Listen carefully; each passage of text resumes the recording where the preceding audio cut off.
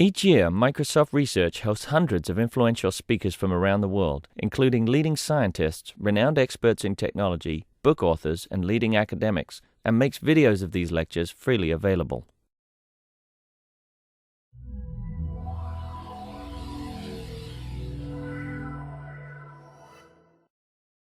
So it's my pleasure to introduce Kashi Vishwanath, who will be talking to us today about demystifying internet traffic. Take it away. Do I need to stand here? Or? No, it'll record you there. All right. Thanks, John. Thanks for the introduction. It's a pleasure to be here and to talk to you today about my experiences regarding trying to unravel some of the mysteries surrounding internet traffic, at least in the context that I'm looking at it. So traffic is an important phenomena that, as you may know, is useful in a variety of different settings.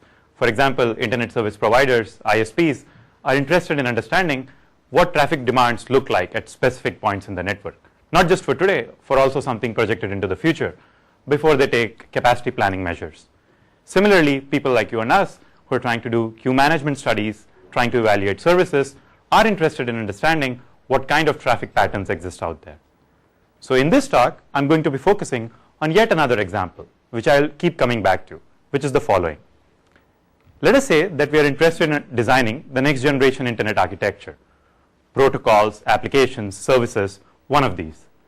So we want to evaluate that when we make certain design choices on the whiteboard and they eventually translate to a real learning service on the internet, what does the performance look like when individual clients are placing requests for data that is contained? Now the internet obviously has a large number of other users running a number of different applications, protocols, etc. So it is clear that the performance of this application will be governed by what kind of traffic exists out there. What is not clear, however, is what is the extent of this impact. So in this talk towards the end, hopefully I will have convinced you the following things. Obviously the first one is that existing internet traffic is extremely rich in its structure. It has a number of interesting statistical properties that one might wish to capture. For example, burstiness pattern at different time scales. Similarly, the impact it will have on individual applications is extremely difficult to predict a priori, which in turn means that you need a more systematic method. I will then tell you about one of the methods that I've thought about, how to go about arguing about what kind of impact this traffic will have on individual applications and protocols that you're trying to evaluate. So with that being the general theme of the talk, let me now give you the specific problem that I've tried to solve and what is the solution I've reached. So let us go back to this problem. So we are trying to evaluate something that we have deployed on how does it interact with internet traffic and what is the impact. So one obvious solution to this problem, one way to approach it, we would get access to a number of different machines on the internet. We would then deploy whatever is the prototype we are trying to evaluate on each of these machines. Now since we are running on the real internet, there is no question about how realistic the experiment is. The big problem, as you reckon, is how do you get access to these machines? Even if you get access to a number of different machines, how do you ensure that they are representative? And finally, experiments on the internet are not quite reproducible, as you might know. So to cope around all of these challenges, we researchers somehow like to get away from running experiments on the internet, but we would like to run an equivalent experiment by configuring machines that we have complete ownership and control of in our local testbed, a local set of machines on our own rack. So now we take the prototype that we are trying to evaluate, run it on a local cluster. Similar way, we reproduce the set of clients that were accessing content on the internet on our local cluster again. And in this fashion, we have replicated the communication characteristics in a complete set of machines that we completely own. At this point, we might naively declare that the evaluation of the prototype is complete. But as you have seen, the picture on the right is missing a key thing.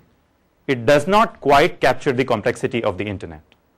So a higher level motivation for my research in the recent past and hopefully in the near future is the following question. So what would it take to create meaningful, simplified snapshots of the internet so that you could try your best to reproduce that snapshot in a local cluster?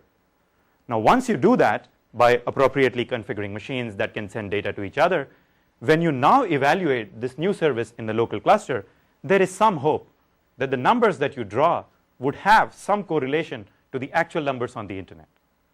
So in short, I want to expose individual application evaluations in a local cluster to realistic internet-like settings. So indeed, I started my research by trying to build a better internet. But pretty soon, when you start reading the evaluation section of a number of papers, the evaluation methodology lies in between the spectrum. So either you could do a theoretical analysis of what the internet looks like, what do individual components look like, or you could run experiments on the real internet.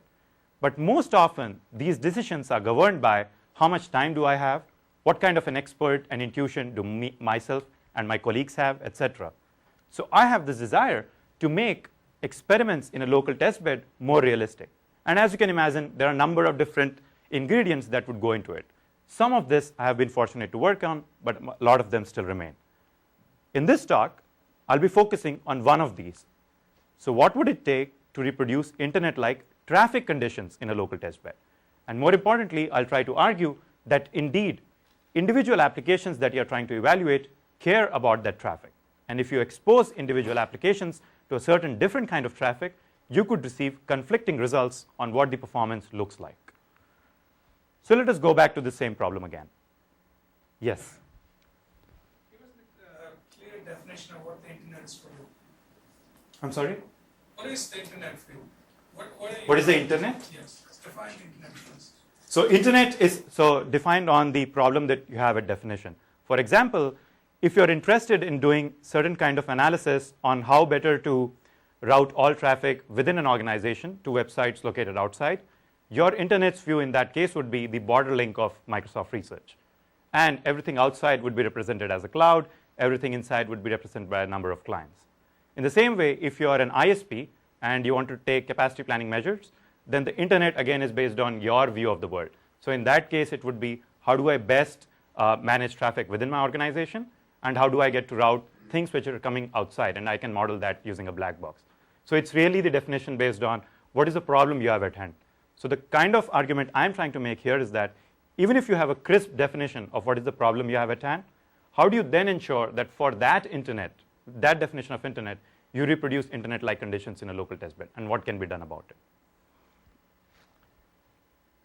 So I was saying that we have now somewhat reduced the problem definition to trying to understand internet traffic at every single link on the internet. And this somewhat goes back to Victor's question.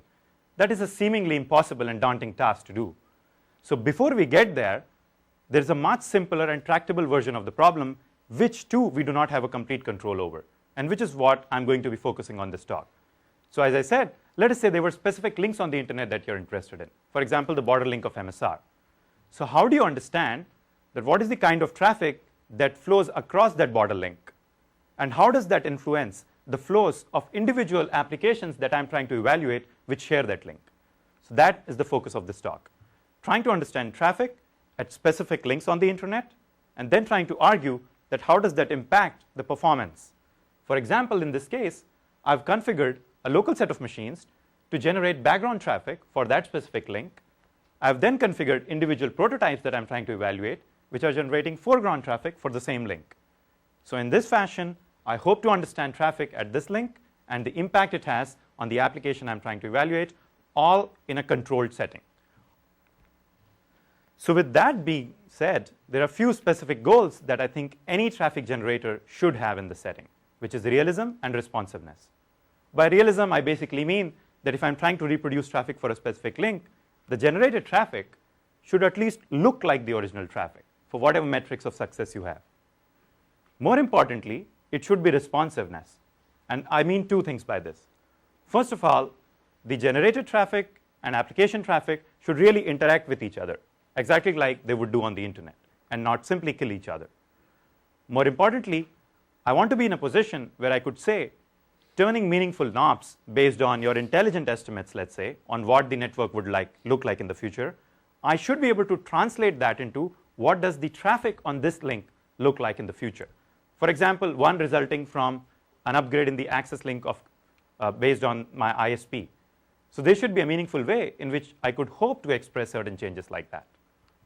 Now, you're talking about a single link. Are you really talking about a single physical link, or are you talking about a logical channel which is going to have the properties of the communication path between two hosts that might have... So that is the general goal. But for this talk, yes, I am actually also focusing on a single physical link.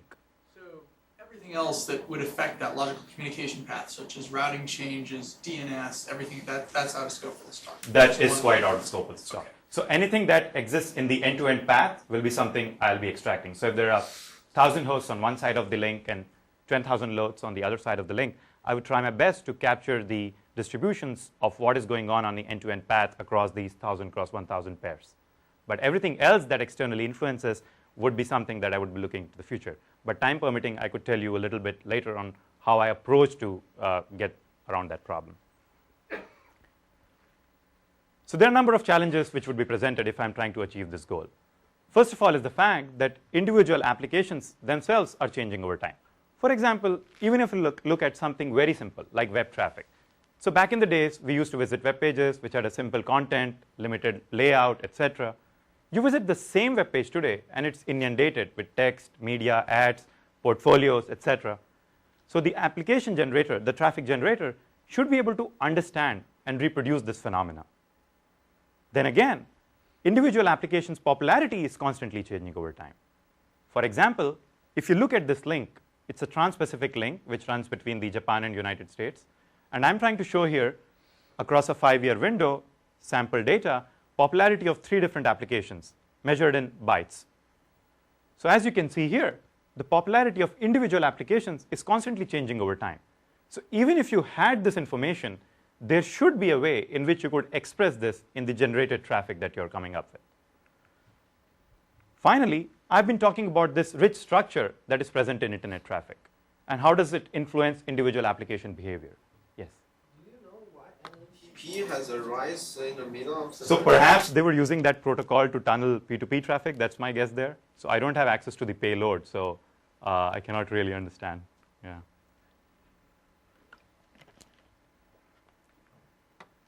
So here I'm showing a sample of the same trace that I was looking at earlier. But this is for a specific day.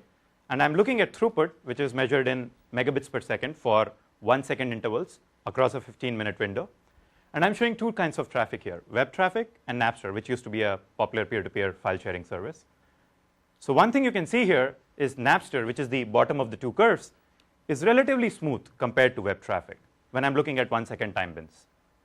Now if I zoom in to the first few time bins and look at traffic at a much finer time scale, at 100 millisecond intervals, now you can see that Napster traffic is no longer as smooth as it once appeared to be.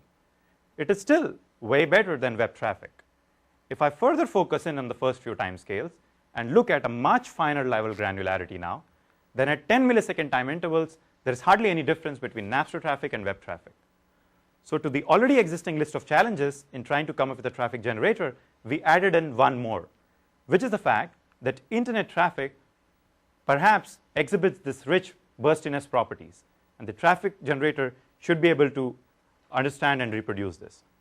Yes? Is it a single host or link of aggregated users? There's a single link, the single aggregated link, which runs between the Japan and the United States. Yes. So more important, the problem is exacerbated by the fact that burstiness of internet traffic is actually a function of what time scale you're trying to observe it in. So there is no specific answer you could arrive at which says internet traffic is bursty. There has to be a much finer definition, and the traffic generator should be able to both understand and reproduce this. So with that being said, let me give you an overview of the solution I have reached to this problem before giving away more details. So I start by observing all packets that are entering and exiting a specific link that I'm interested in. Starting from this complex structure, I extract key properties that one needs to understand if one has to argue about internet traffic. Starting from that, I will build parsimonious models which will explain these properties.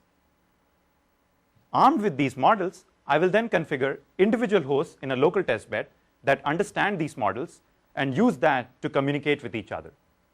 I have built all of this into a single tool which I called Swing. So Swing starts from observing packet traces for a specific link, build all of these models, extracts distributions, configures hosts appropriately to generate real traffic in a local testbed. At that point, I can do a sanity check and compare whether the generated traffic looks similar to the original traffic that I started with.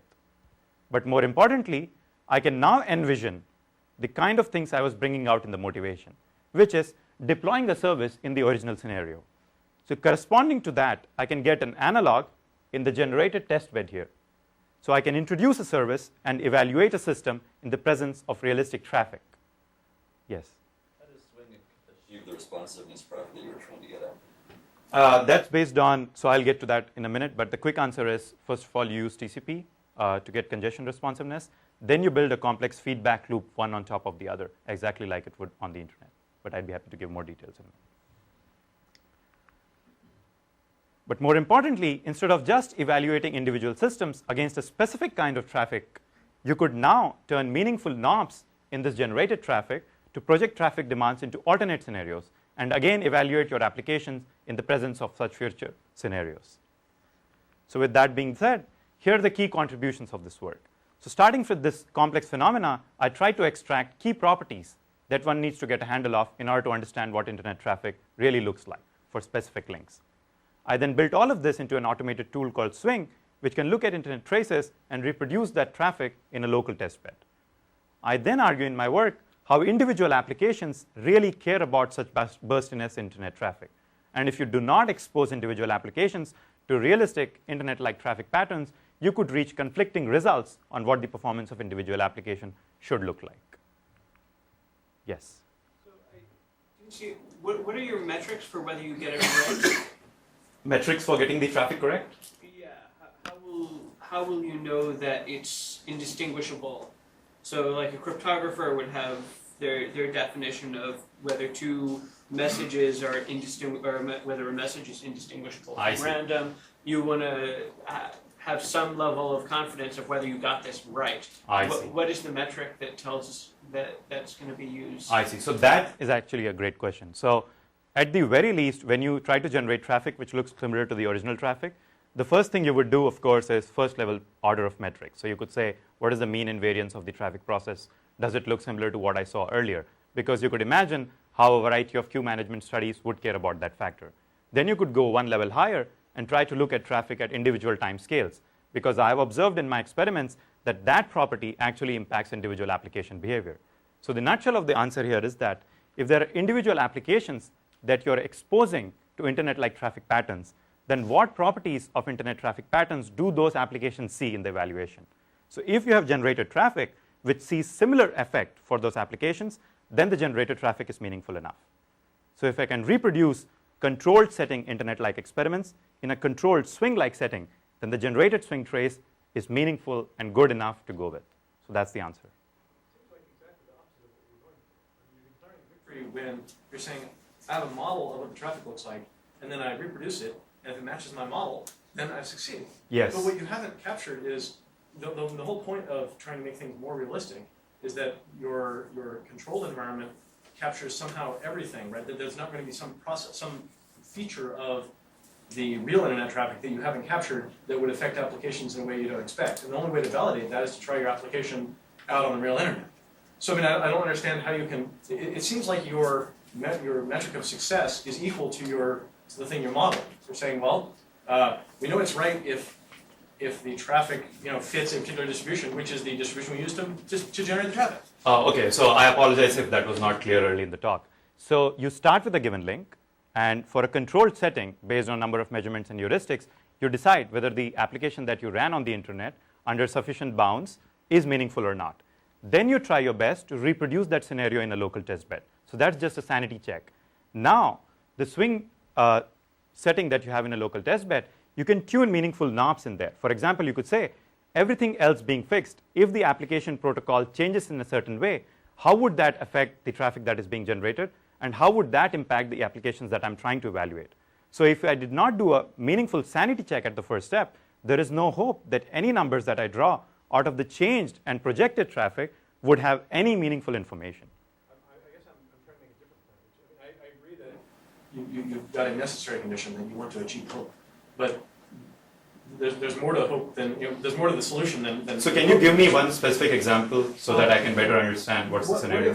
So I guess one way to validate this would be if you projected 3 months into the future, if these changes happen, this is what we'd get. Make 10 predictions, see which way internet traffic actually changes, and then see whether you match. Great. Time permitting, I'd be happy to talk about some of those results. Okay. Yeah, that's a great question. So that is exactly the kind of validation I've done. So what I was saying is that before you get there, you have to validate a specific scenario before you get there. Okay. Let's come back to it later. I like Yeah. that approach. So hopefully I've convinced you that understanding internet traffic is a complex and challenging problem, as you guys are also uncovering some of the mysteries surrounding it. So now I'm going to give you the main insights I've tried to use, which will answer some of your questions on how do I tackle responsiveness too.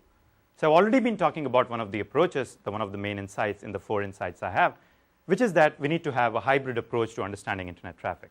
So by that I mean we should be able to run real code of the prototype that we are trying to evaluate, interact it with realistic packets. Real packets exchange each other in a controlled setting. But somehow the traffic itself needs to be modeled for a better control. So once you have that, what would some of the initial simple traffic generators look like? For example, you could say, I look at traffic entering and exiting the border link of MSR, and I'll simply try to reproduce the timing in those packets using UDP, unlike most of the applications on the internet. So if I do that, you can see that depending upon what level of granularity I chose to reproduce, I can be fairly realistic in the kind of traffic that I generate.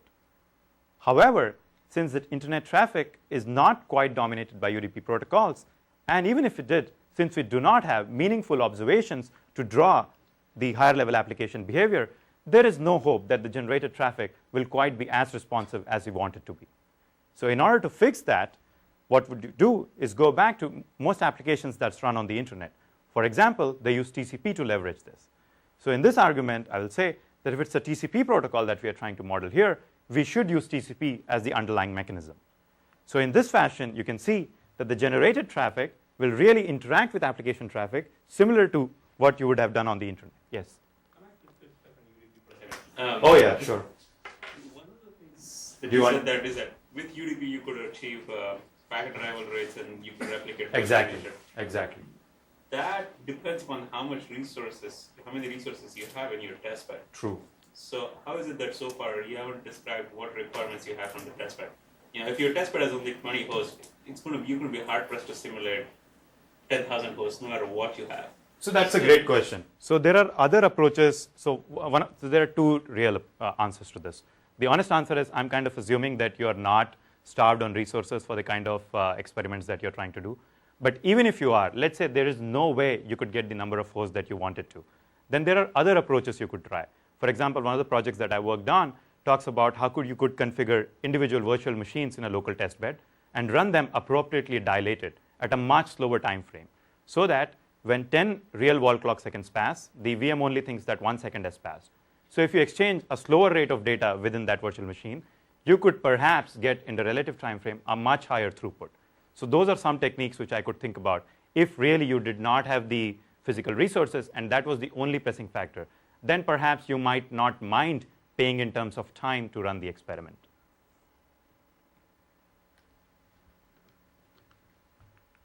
So as you can see now, if I use TCP instead, then yes, I could be fairly responsive. I could try interacting with the applications that I'm trying to evaluate, etc. It is not clear whether I can still project things into the future, but let us not worry about that for the moment. Now clearly, once I have delegated the task of putting individual packets on the wire, it is no longer clear, as Jitendra was pointing out, that unlike UDP, there is any hope that you can reproduce these packet timings, for example. So that really is the second insight. So the fact that you should perhaps leverage TCP that is available in the number of hosts that you're trying to run the experiment on. Yes? What I guess what I understand about TCP is that if TCP is going to adapt in your controlled setting, how do you know how much offered load it has? When you're doing UDP, you send a packet when the trace tells you to send the packet. With TCP, if the link is suddenly more available, you should send more data. That's exactly the point I was trying to bring out. That it is not clear that just because you use TCP, how can you be realistic in the way you're reproducing packets?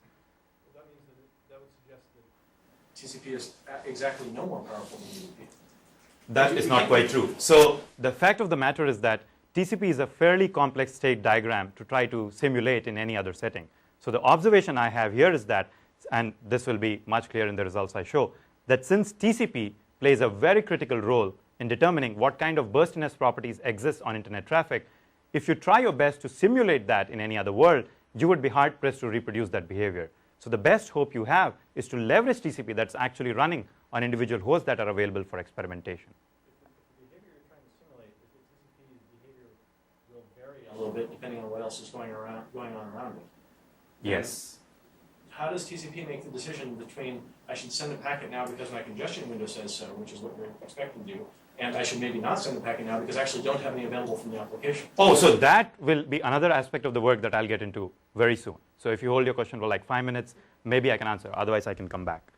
So once you have this second observation, you're absolutely right. Just because you have TCP and you build some sort of a simple model on top of this, pretty soon you will realize that any of those simple models is not going to satisfy the goals. Exactly the point you're trying to make.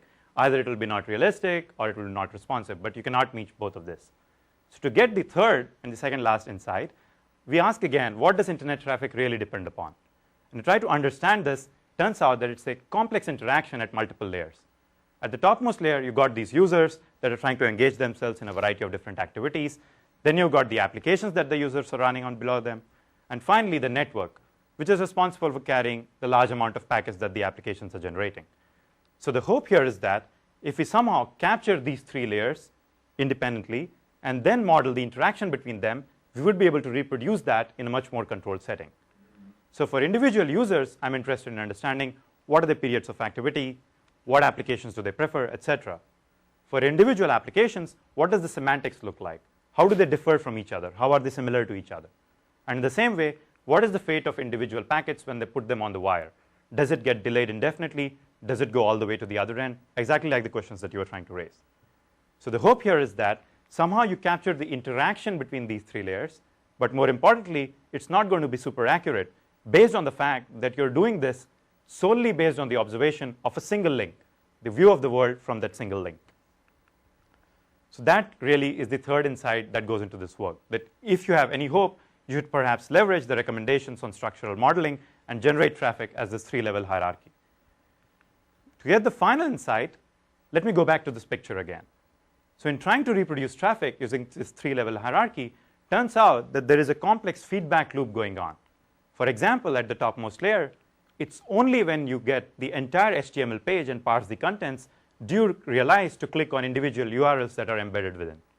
Similarly for TCP, only when previous data is acknowledged from the other side do you decide to put, based again on your state diagram, how much more data to be put on the wire. So in order to generate traffic, we should be able to capture and model this closed loop traffic generation process at these three layers. So with these four insights, let me now describe how do you generate traffic. So again, going back to this picture, I'm going to extract all of these properties, build the models, and then tell you how do I configure individual hosts to configure traffic. So look at this similar picture again. Start by observing all packets entering and exiting a given link. At that point, the first step is to identify individual applications that belong to the original trace. So this is a step I'm hoping to leverage existing work that exists out there. For example, some of the people here are involved in doing it. So how do you look at individual packets and extract what applications do they belong to? So after this, my research starts.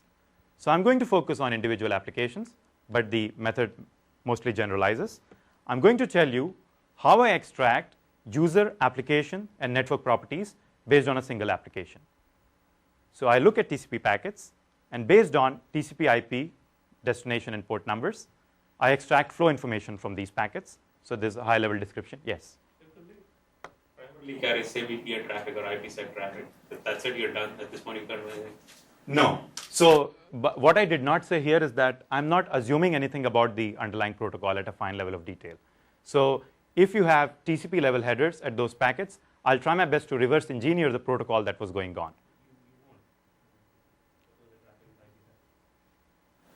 So I can infer the request response patterns that's going on. For example, I can infer that a certain number of bytes are going on the other hand. You're absolutely right. If there's a much higher level behavior which is human dominated and there is a complex feedback control loop there, I might not be able to capture that. But at the very least, lowest level, I might be able to capture how much data is going across, what happens to that data, how much response comes back, how long do I wait after that. So I'll be able to extract patterns like that. So that is my hope with this work. So then I look at individual flows, and based on TCP sequence numbers and ACK numbers and timestamp, I try to extract what is the information on a per connection basis. For example, in this case, what is the request response exchange, what is the total number of request response pairs, what is the timing separation between them, etc. Then you look to group together individual flows into a single cluster, a quantity which is known as an RRE, or a request response exchange. So think of this as analogous to all requests that are going out for embedded objects in an HTML page. At the next step, I attempt to group together individual RREs into what is known as a session. So this is again analogous to all the web pages, let's say, you might browse in a single visit to the workstation, or all the movies that you would download in a single P2P session, for example. At this step, at a high level, I've described how do I take out the user and application properties. So the only thing that remains is the network. To go do that, I go back to individual flows that I've extracted earlier. And now I will use variants of passive TCP trace measurement techniques and not necessarily innovate in this space. The aim of these techniques is to look at individual IP addresses, for sake of completeness, in the original trace. And if you look at those IP addresses and use a single logical link to connect the IP addresses to the link under observation, what are the static values of capacity, loss rate, and latency that I can attribute to those? So at this step, I've described at a high level how do I build these models. So the key thing to note here is that I need not be super accurate in any of these techniques, although it would not hurt to do that. The main observation here is the fact that can I extract sufficient information for all of these models that I can start explaining why internet traffic looks like the way it does in the original case, and how I can use to drive my simulation studies. So to summarize, I looked at packets, grouped them into applications, extracted flow information, RRE information, session information, and then used wide area characteristics to extract capacity, latency, and loss rate.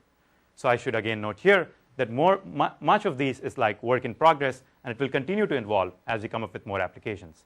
In particular, the last one, for instance, has continued for a lot of people to provide a rich source of PhD thesis in the past. So let me go into a little more detail on some of these.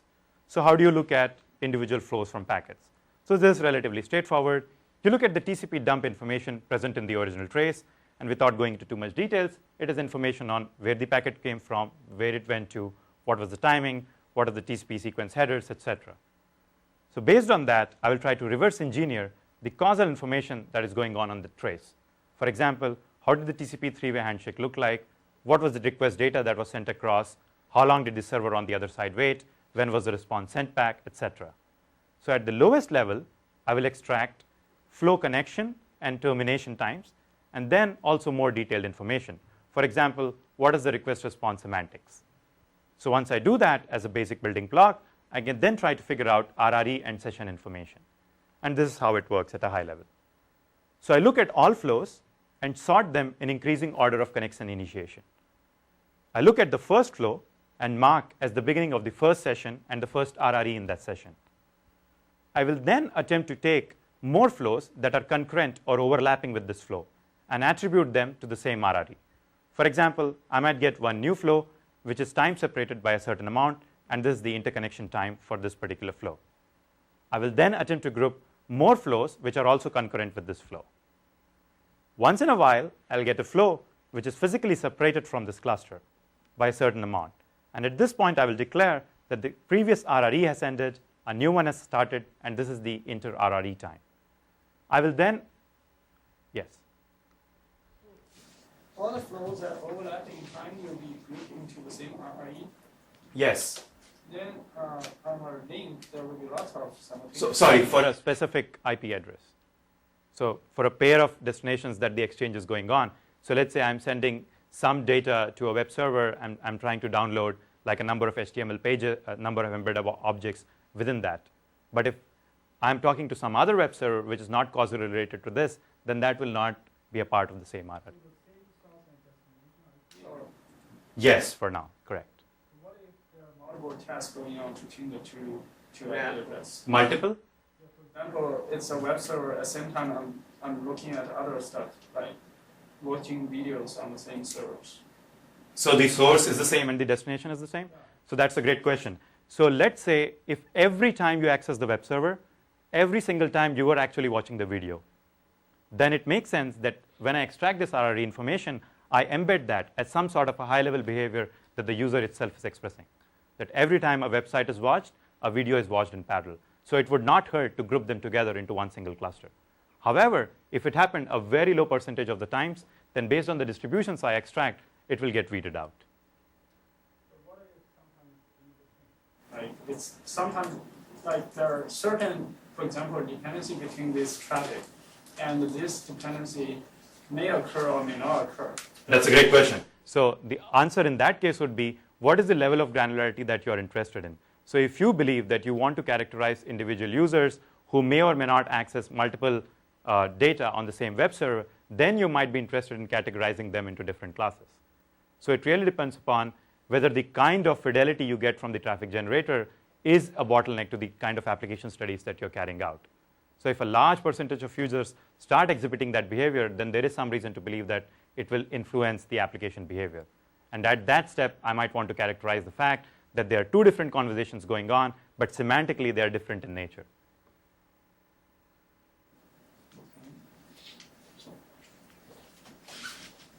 So the other alternative is, what would you do instead? So there is no other better option instead of either figuring out whether to put them into different RREs or grouping them into a single one. At the end of the day, I want to just capture the fact that how do two hosts talk to each other?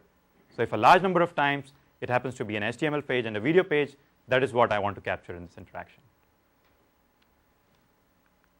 So similarly, once at some point of time, there will be a new flow which will be so far separated in time that I don't even want to put it into the same set of RREs that I'm working on.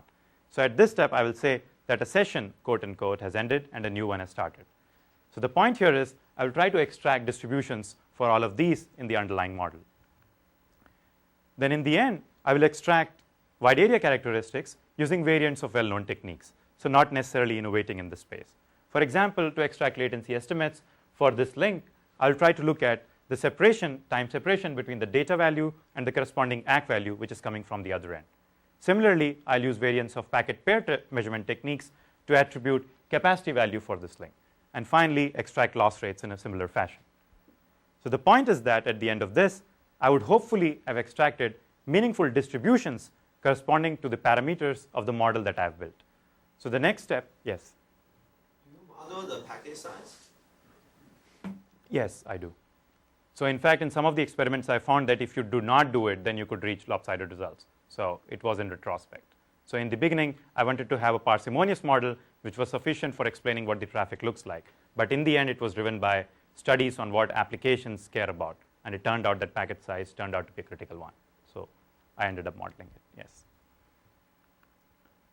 So I start with a network emulator that talks to a number of different hosts to carry out the emulation framework. And in this case, I use ModelNet. So the network emulator basically knows what the internet looks like based on what you tell it. So in this case, we tell it that it's the border link that we are interested in, and sufficiently we would know the characteristics of this link. We would then look at the ModelNet link, and it talks to a number of different hosts to carry out the emulation. We again divide the task of carrying out the emulation based on the popularity in the original trace. So if a third of the hosts in the original trace belong to HTTP, a third of this would be responsible for emulating HTTP part of the background traffic. So the next step would be to take these individual hosts and connect them on either side of the dumbbell link. Again, that is based on the popularity in the original trace. So if 2/3 of the bytes ended up flowing from left to right, or if you are interested in hosts, then if 2/3 of the hosts were on the left side on the dumbbell link, you would take 2 of these and place them on the left side. You do this for all of the hosts. At this step in the emulator, you now want to connect the host to the dumbbell link. To get values for the wide area properties, you go back to the distributions that you once extracted. For example, this link here might get a 10 megabits per second capacity, 10 millisecond delay, and 2% loss rate. You do this for all links and connect them to the dumbbell link. At this step, configuring the topology is complete. The only thing remaining is telling them about the user and application properties. Yes? So just so I understand, are you assuming that two flows, that the only shared link is this one link, and that a subset of the flows don't share some other link and might interact with each other in ways because of whatever it's Yes, you're absolutely right. So in reality, that's going to happen. But as an approximation, in this case, I'm assuming that there is no shared path in between. But you can imagine extending this using variants of packet pair extensions that Dina Katabi, for example, has worked on, which tries to extract congestion on shared paths, and use that to understand how can I safely attribute this to like a different level of hierarchy. For example, there could be a tree fanning out of here, and there could be multiple hosts. Let's say if I could extract information on what prefixes they could belong to, I could put them all into a single cluster and feed them to a separate pipe. But you're absolutely right. For these experiments, I'm not modeling them, and I'm modeling them independently. It's not just that, right? Like, it seems you've gone with this stationary model of loss rate in the upstream direction. So as long as you don't change that assumption, no matter of topology munging is going to get you the interaction that's happening. I see. Right? I see. So that's a great point. So the loss rate assumption here is for flows that I do not have visibility to. For example, if you're a link behind the border link of MSR and you're trying to connect to me, I'm outside the server, then the link that you use to connect to me, let's say I cannot observe other traffic that goes through that link. For example, there might be hosts here which share this link, and I cannot observe that interaction. In order to approximate that interaction, I'm assigning loss rate values. But if there are multiple flows, all of which flow through that link and that are part of my controlled experiment, then any induced loss rate would be captured. So the loss rate setting is for capturing something that I cannot passively observe because I do not have visibility. And in a similar way, if I have visibility to like multiple routers within the same organization, maybe I can augment the technology. So there are like two different aspects of loss rate, but I think that's a great point. Some of these questions are getting at designing a network. You need a big picture. I You see. can't just look at one thing. Sure.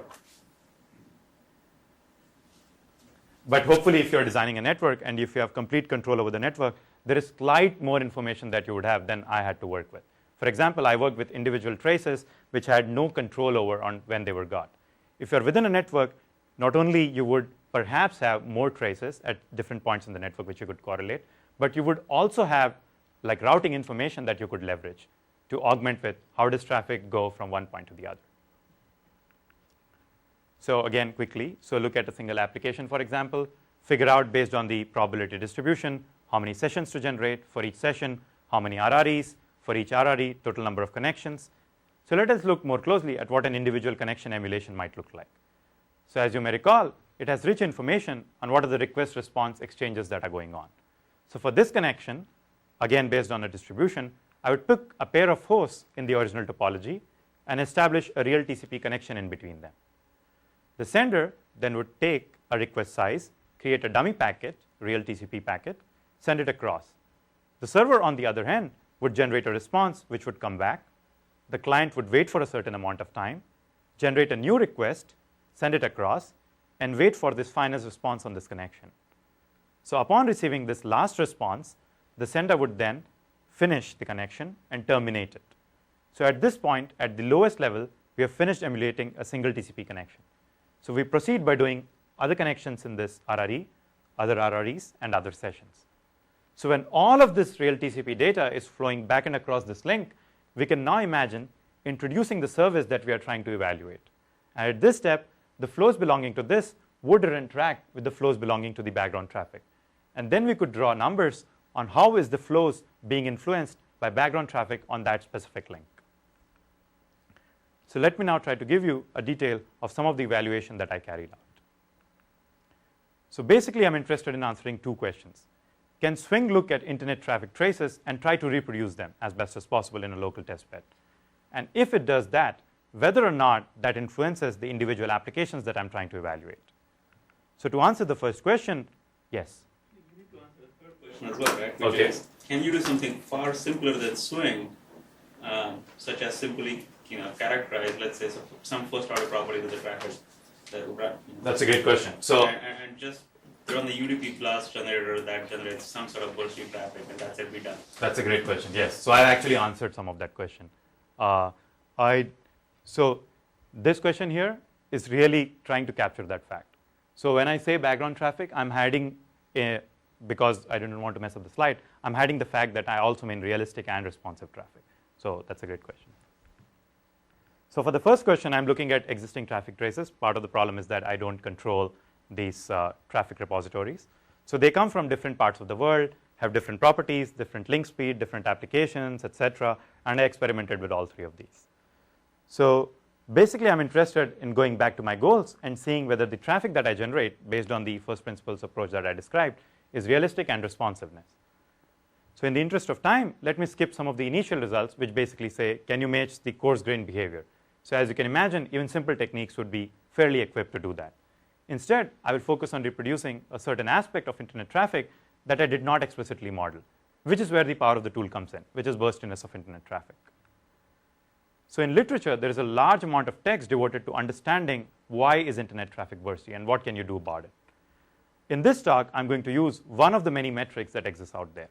Firstly, because of its popularity, but also because of its rich visual appeal, and that is wavelet-based multi-resolution analysis. So I'll give you a quick 1-minute overview on what this means for sake of completeness, but then I'll follow it up with the visual appeal I'm talking about. So imagine looking at all traffic, entering a specific link, and trying to observe how many bytes exist on a single millisecond. So for every consecutive millisecond bins, you calculate the total number of bytes arriving. So at the smallest time scale, you can imagine computing interesting metrics of interest. For example, mean and variance of the traffic process. You can then start coarsening the time scale in powers of 2.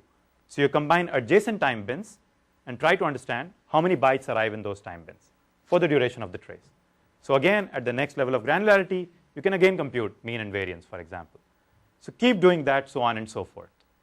Now, in addition to computing the mean and variance, I will compute a quantity which is known as the energy of the traffic at a particular time scale. So for sake of completeness, this is computed using the details of the Haar-Wavelet transform of the original traffic process. Intuitively speaking, this tries to capture how bursty traffic is at a particular time scale, but I'll also give you more visual appeal a little later. So once I compute the energy at all of the time scales that I'm interested in, I can plot that in a simple diagram. So on the x-axis, I'm showing the powers of 2 that I talked about. So as you go from left to right, traffic will get more coarser. Similarly, as you go from bottom to top on the y-axis, where I'm showing the log of the energy, traffic will become more bursty. So if there are 2 traffic plots I'm showing, and at a particular time scale, one is higher than the other, then at that time scale, traffic is more bursty. Yes? So that number 5, I should interpret it as 2 to the 5 milliseconds? Yes, exactly. So that's 32 milliseconds. That's 32 minus 1 because there's offset 1. But yeah, absolutely right. Yes. So, why don't you show the time series of how the variance or energy change over time, rather than you just give a whole number for the same granularity? Oh, because then I would have to show for 15 different time series, and visually looking at it might not be that meaningful. So this condenses the exact fact that you're trying to observe. This synthesizes all of those time series into individual numbers for a particular time scale. You're absolutely right. We want to look at that, but we would be hard pressed to like visually compare and conclude whether one is better than the other. So for example, if you use the like mean, standard deviation, and variance, I can come up with many different shapes that have the same mean and That's absolutely right, which is why we're computing the energy of the traffic process. It is not exactly the mean and variance. So wait, you answered that by saying, okay, so I picked another scalar with which to capture it. So I did not pick this. So this is something that you aren't capturing, and you wouldn't know it because you're reproducing it around the parameters you happen to be actually capturing. I'm sorry, please repeat the question. The concern was that you're condensing this essentially real function into a scalar. Okay. And you address that concern by saying, I didn't just condense it into those 2 scalars, I condensed it into this 3rd scalar called energy. Oh. How do we know you've got the right scalars? Oh, no. So what I was trying to say is that internet traffic does represent burstiness. So in the networking literature, a lot of researchers have focused around understanding burstiness plots of internet traffic as one means to capture how much bursty internet traffic is. And there's a number of visual appeals to the energy plot, which I'll describe in a couple of minutes, which is why I decided that without explicitly modeling burstiness, can I reproduce these salient properties that are present? So which is why I chose this metric. So if there is another metric where the signature of 2 different traffic processes differed, and individual applications, when they were interacting with these traffic, would have seen the sensitivity to the difference, then yes, I would have had to reproduce that metric. How would you know if that were the case? By running the experiments. I mean, how do you... So for example, if you come up with a new... I'll take this question offline. I think it's going to be good. Okay, so I'm going to give you a 1-minute. I think actually that you said you have more experiments about validating your Yes. work later. Yes. Let's get to the end of the talk about that. Okay. So here is the energy plot corresponding to one of the original traffic traces that I downloaded. For example, the awk plot. And exactly as you were saying, at a time scale of 1, it's 1 millisecond, but going up in powers of 2, time scale of 9 corresponds to 256 millisecond time. So now there are some well-known properties about this energy plot. which will come up a bit later, which may or may not have been apparent if you just looked at time series or some other metrics, which is why researchers preferred to go with it.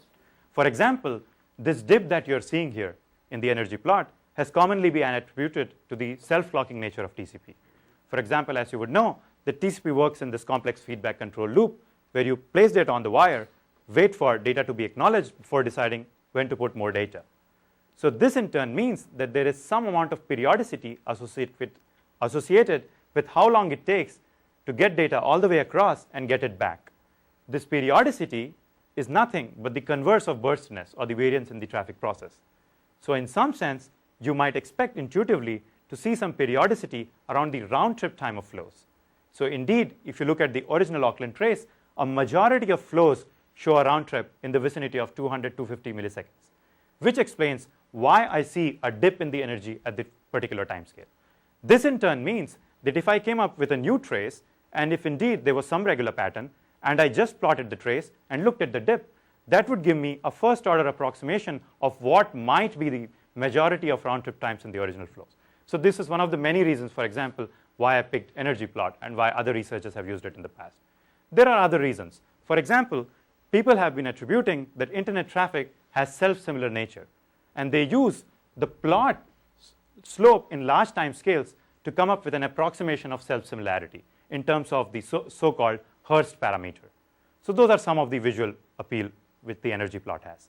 So in my work, instead of trying to understand and reproduce those properties, I ask myself a very simple question. Can I capture internet traffic's properties using a first principles approach to sufficient accuracy that for a handful of traces, without really knowing what this means, can I reproduce that and extract the energy plot of the reproduced trace and match it to the original energy plot without explicitly modeling what some similarity is, for example. So here is what I do. So in the first experiment, instead of generating traffic using the full power of swing, I will cripple it, also to put a little more perspective into related work and what other people have done. So in this case, I'm extracting properties of users and applications, but I'm completely omitting out the network, which means I'm running this experiment by running the experiment on a switched Ethernet. I'm not extracting capacity, latency, and loss rate values, whether or not the extraction was accurate. So the first thing I need to say here is, even in this case, as you exactly pointed out, the coarse grain behavior basically matches. So there is no much deviation. But you look at the energy plot, then it has nothing to do with the original trace, which means that there is scope for improvement. Now I will relax the assumption that I made that I do not know about these properties, because indeed I extracted them. So if I add in the capacity estimates, as you can see, that the generated energy plot now is moving a little closer to the original plot, especially in the first few time scales. If I relax this assumption further and add in the latency estimates, I can get a much better match. And if you bought the argument I gave a little while back around the round trip time and the dip in the common time scale, I should be able to reproduce that, because I'm not trying to reproduce the distribution in latency values. And indeed, I can do that. There is still a lot of scope for improvement in the first few time scales. And as you guessed it right, to get that, I add in the loss rate estimates. And now, as shown by the green pairs of curves, intentionally chosen to be of the same color to confuse, we can now match the burstiness plot of the original traffic process by generating traffic in this first principles fashion. Yes? How many flows in this experiment? I mean, per second, per minute? Concurrent? Yeah. So this was around 1,000 flows concurrent at any given time. Which is why you're seeing this. So actually, if the number of flows increase, and I've experimented with the Kader trace, then you do not quite see the rich structure in the first few time scales, but you see it much later, so it is relatively flat. Are you going to talk about the related work? Yes. Okay, I'll wait. I have some. On that note, I want to say Can a little bit of confusion here, trying to figure out all this work that, for example, Paul Balfour has done. I see. Right, we're trying to sort of come up with these tools where Yeah. you can use to generate see. web traffic or flow True. traffic True. or anomalous behavior. True. So why not create a network and then run some of those tools, assuming that, let's assume that he did a good job and it was all right. I see. And why not just do it that way rather than go back and start to remodel all this stuff? So this is where Harpoon is. That's a great question. So this is where Harpoon is. So this is where my assumption of where Harpoon is. So I assume that Harpoon is, equally as accurate in extracting the user and application properties using a first principles approach, and it does nothing about the network or superimposing any of these or establishing a complex feedback control loop between these. I think what you're trying to achieve ultimately, it's not very dependent that you actually get it completely right to the models or to the traffic that you've extracted, right? I think that's what sort of John's been kind of saying too, is like you extract a certain traffic and then you're modeling that and you're saying, I fit that better. As a sanity check, yes, right? Yes. But really your meta goal is more than that, right? Yes. It's not about fitting that model, it's yes. actually get the applications. Exactly right. So if you can approximately get it right, exactly I right. believe in technology, Harper is one tool and there are other tools that he has searched and he I has see. whatever Mace and things. I see. So if you put all of them together, I see. you can approximately get the same behavior. I see. How do you evaluate that okay. behavior? Okay. So that's a great question. And I think you're absolutely right. It may as well turn out that some of the accuracies that I'm trying to shoot for does not matter in some sense. But it turns out, and I actually know this answer because I did a number of different experiments, there are specific cases where even small deviations in this plot actually matter to the application that you're trying to evaluate. So if I did not have a good match starting out, then how do I scientifically answer the question that whether or not I matched, I still captured the impact it had on individual applications accurately? So to get closer to that question, there is some desire that if I run a controlled version of the internet, then at least for that scenario, I should be able to reproduce some of the properties that I saw. Yeah, but then you're putting too much credibility on this, the traffic extractor. So instead of thinking about, I see. I mean, I did a similar sort of work in the wireless space, right? Right. And the environment is a lot more dynamic. I mean, sure. I don't know if I can actually use this technique there. I right? see. Because, I mean, given any time slot, whatever you do in the lab, for example, you take it out in the real world, it doesn't work. And then you take a snapshot of a snapshot several times, it doesn't work. So time permitting, I'll give you an example of a controlled experiment which I did, where I knew exactly what are the sources that are generating background traffic. And then I completely ignored it, look at the TCP dump trace, and I reproduced that traffic using Swing. I was trying to reverse engineer what I already should have known. I ran some black box experiments on top of this, which tried to run some experiment. They were interacting with traffic in one end, and now they were interacting with Swing traffic in the other end. And I showed that the numbers matched. Then I played the scenario that you're exactly saying. I said the behavior of this application is going to evolve over time, and I applied that evolution of behavior by tuning the Swing parameters without changing the extraction process. And then I ran the black box again in this new scenario. And then I showed that the application matches, which is some hope, basically, that at least for the kinds of things I did, it makes sense. But you're absolutely right. In the expanded generalized case, you really don't know like what aspects are important to capture. So in this work, I'm trying to argue that some of the aspects that I tried to capture at least make sense in common applications. But a general question is, I think, up for debate. Okay. Utilization of the link. So this link is around 5.5 megabits per second. So this is fairly underutilized. So they said it's a OC3 link, but the university blocked it to around 20-25 megabits per second. So 15 to 20%, not more than that. So were you going to say that the performance or the numbers look like if it's a heavily utilized link versus under? Yeah, well, there's two questions. One is that on such an underutilized link, if you're going to model application performance, does it really matter what the background traffic is doing? Yes, actually the answer is yes. So it depends on the application that you're trying to evaluate. For example, if you're trying to build an available bandwidth estimation tool, even for relatively underutilized link but bursty traffic patterns, it can reach potentially conflicting results based on what kind of traffic patterns it interacts with. So you're absolutely right. It's application dependent. But for a large number of applications, I actually saw that both the level of utilization and burstiness is important. I don't think of available bandwidth. Okay. Right. Okay. I mean, that's a tool. Well, You think of a web server. Plus, you wouldn't run that on a single link model, right? Yeah.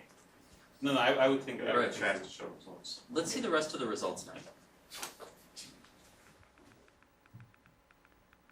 So this basically argues that it is important to model the network, and in particular, capture these values if you have any hope of measuring the energy plot.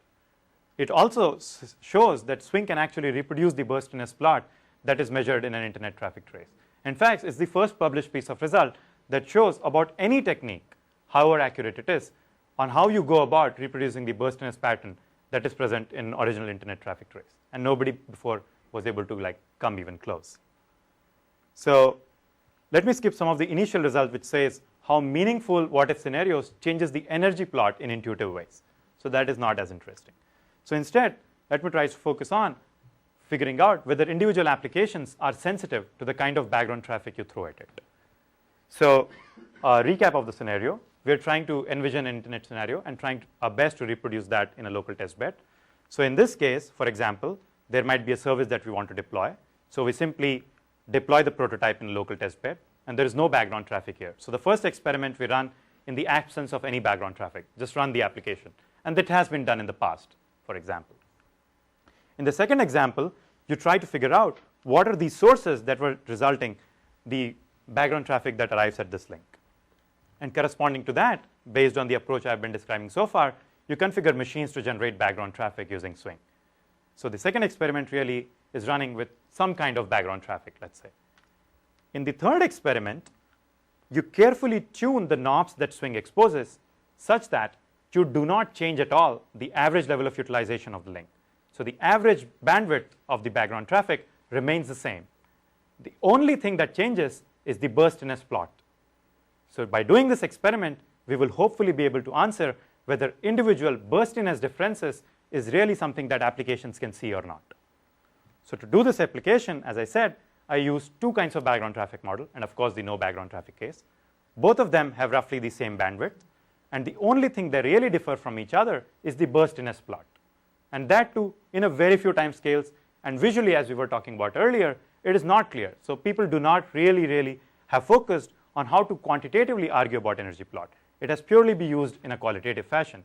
But even for that case, for a few time scales, if the energy plot changes, does it really matter to any application? So to answer this question, I run the following experiment. I use a BitTorrent experiment where a number of different nodes are trying to download data from each other. And the simple experiment has 100 nodes. They're trying to download roughly a 50 megabyte file. And I experimented a few different values of access link capacities and how well provisioned they are. So let me show you results of one particular experiment. So in the first case, I ignored the background traffic that I was trying to generate. So as a baseline, in the no background traffic case, there is some CDF of how much it takes for each client to download a particular file. For example, in this case, it's roughly less than 160 seconds. Yes? So in your background traffic, does the application traffic affect the behavior of the background traffic? That's a great question. So hopefully it should, which is why I said you have to model background traffic in such a way that individual applications can alter it. So if you're I'm sorry? In your experiments, does the application traffic affect, say you have the response time, how long I should wait, syncing time, does the application traffic affect how fast, how you generate the background traffic? Yes, so for example, if I naively generate background traffic, so if I generate background traffic and the amount of foreground traffic or application traffic that I'm generating is really a small and insignificant fraction, then it does not quite affect the background traffic. But if I increase it to a particular value, like sufficiently large amount of occupation on the bottleneck link or sufficiently bursty traffic, then indeed I do see that under adverse conditions, my background traffic sources themselves start backing off because they're using TCP and they're built on this complex feedback loop, which says if I do not get back background traffic belonging to the previous flow, I'm not going to generate a new flow, etc. So that was indeed one of the design goals, to be able to capture some of that. And I do observe that, yes. It's very difficult to model the feedback loop. For example, when the there are other level of interaction. For example, when the user finds the speed is so slow to download, it just abandons. So how do you model this user behavior? I see. So there are two answers. The first answer is what is the alternative you have? And I tried hard and I could not come up with anything. The second answer is the following. You're absolutely right. In the current framework that I have, I would not be able to capture this higher level human percepted complex feedback loop. But what I can do is the following, and which is what I was promising earlier on. Here is my current approach, and I haven't completely tried it out yet. Let us say I look at a given traffic trace for a long duration, let's say 6 hours. In that duration, let us say I had external information, obviously looking by the average utilization and burstiness. I can group the trace into different bins. One of extreme conditions, one when the network is choked, one it's underutilized, one it's moderately utilized, etc. For each of these 5 different bins, I can do the swing extraction process. So what that will result is I will get individual parameter settings for my models for all of these 3 situations. Then I can compare and contrast and then I can reach meaningful answers on, is it really the case that whenever the link is congested, there is a particular kind of user behavior that I'm seeing that I was not seeing in the past. And if that happens, I can build some sort of an elasticity model which says that indeed I've observed over long durations of time that when the network is fairly choked, then there is a lot more reloads going on. Even before termination of the previous connection, new connections are initiating, etc. So I can start making observations like that. How much more material do you have in your talk? So I can quickly fast forward, and after this result, I can go back to the future work and things like that. So I have as much material as you have time for. So if some of the questions with the evaluation. Let's plan on just 10 more minutes. Okay. Okay. Okay, I'll wrap up. Any questions? We can take questions after that then. Okay.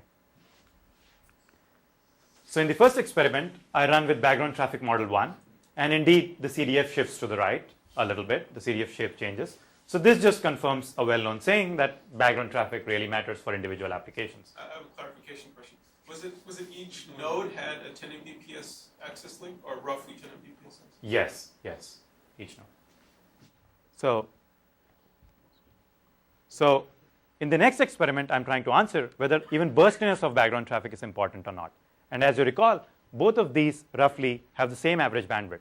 So if burstiness is not important, then irrespective of what kind of background traffic model I throw at this largely underutilized link, I should be able to still match the CDF that I originally saw. But actually, that is not the case. The CDF has significantly changed.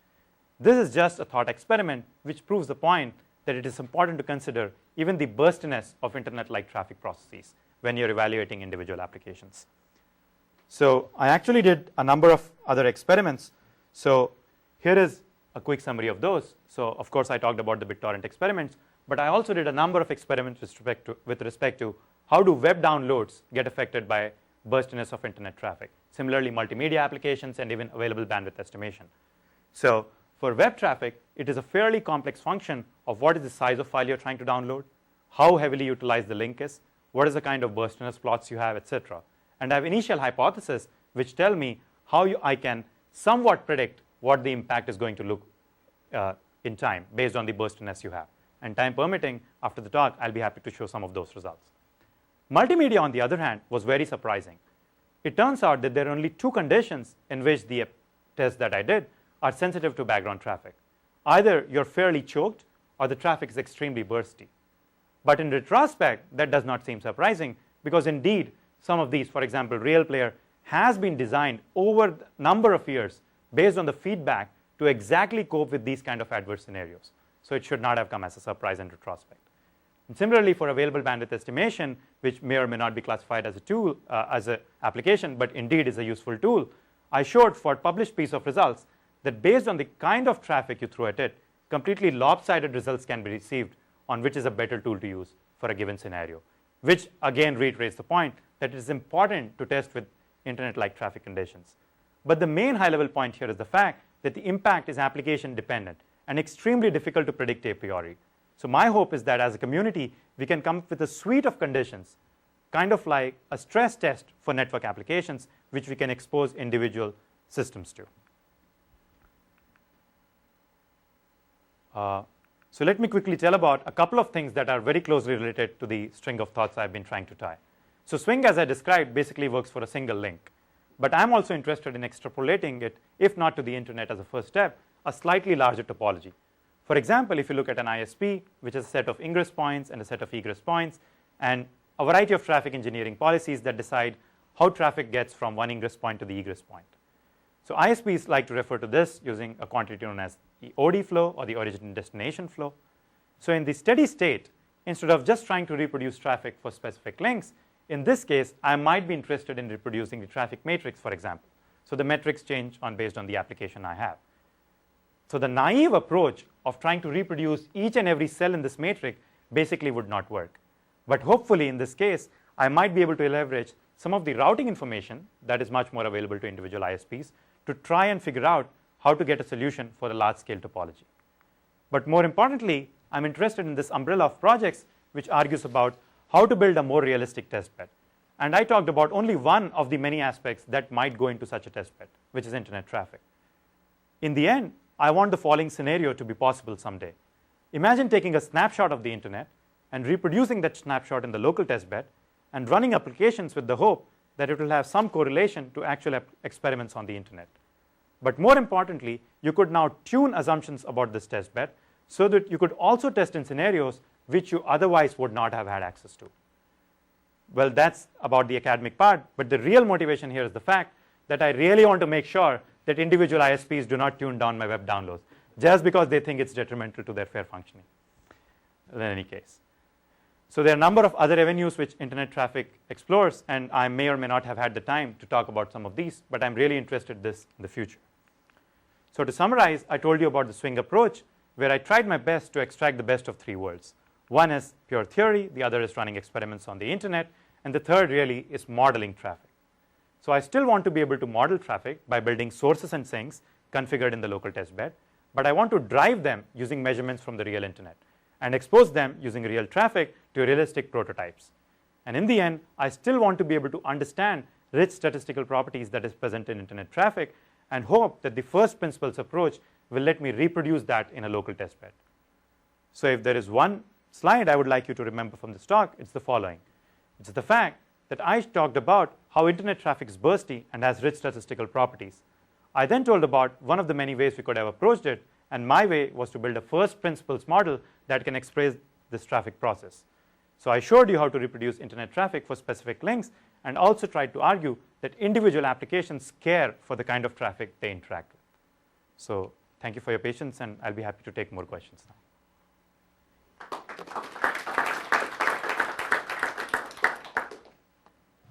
You said that in your analysis you care about sessions, but in TCP you do a flow. I mean, per connection level control. Yes. How would session improve your emulation, the traffic generation? Oh, so it's because of the fact that if you do not get previous downloads, you might not click for more downloads in the future. So there is some feedback control loop there. So only once you parse the base HTML page and you're satisfied with the content, do you decide that do I want to click at individual URLs that are present in there.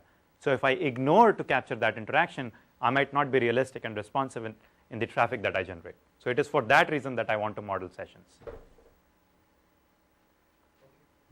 wonder if your ideas would be applicable in phone networks. You thought about that? So you want to capture the interaction between interference between multiple hosts in the network, or? Right, I mean, surfing, watching TV, collecting the phone.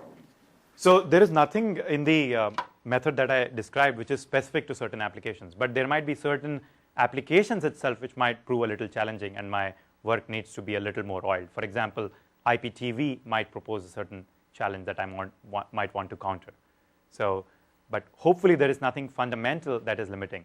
In some sense, the extraction of individual properties would get easier for the home network because it is at one end of the network, and any of my techniques for getting wide area characteristics will only improve, for instance. So there would be gains in some aspects.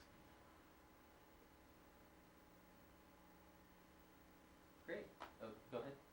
How much is the experiment upon being able to see the TCP headers? If you had any encrypted links, a lot of encrypted traffic going over a link, what can you still infer? So it is actually a big function of what kind of TCP headers you see on a particular link. So it is fairly modeled around that. So I need some other mechanism of identifying what is the request-response exchange going on. Right. Let's break. Thank you.